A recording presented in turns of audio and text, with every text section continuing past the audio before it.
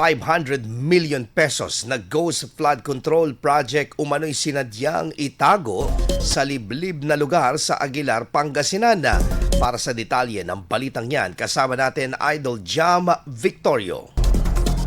104.7 IFM Report.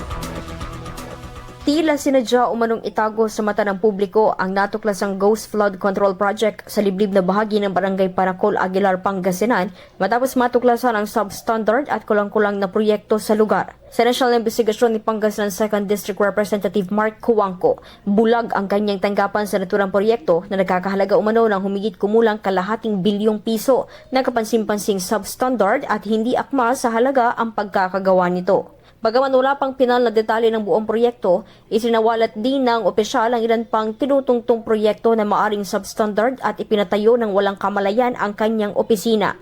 Matatandaan, nakaranas ng ilang ulit na pagbaha ang ilang bahagi ng bayan dulot ng mga nagdaang sama ng panahon dahilan ng pag-apaw ng ilang creek at sapa na konektado sa Agno River na dumadaloy din sa Aguilar. Panawagan ni Cuangco, magtakda ng patakaran ng DPWH upang hindi na maulit ang mga ganitong kahalintulad na insidente.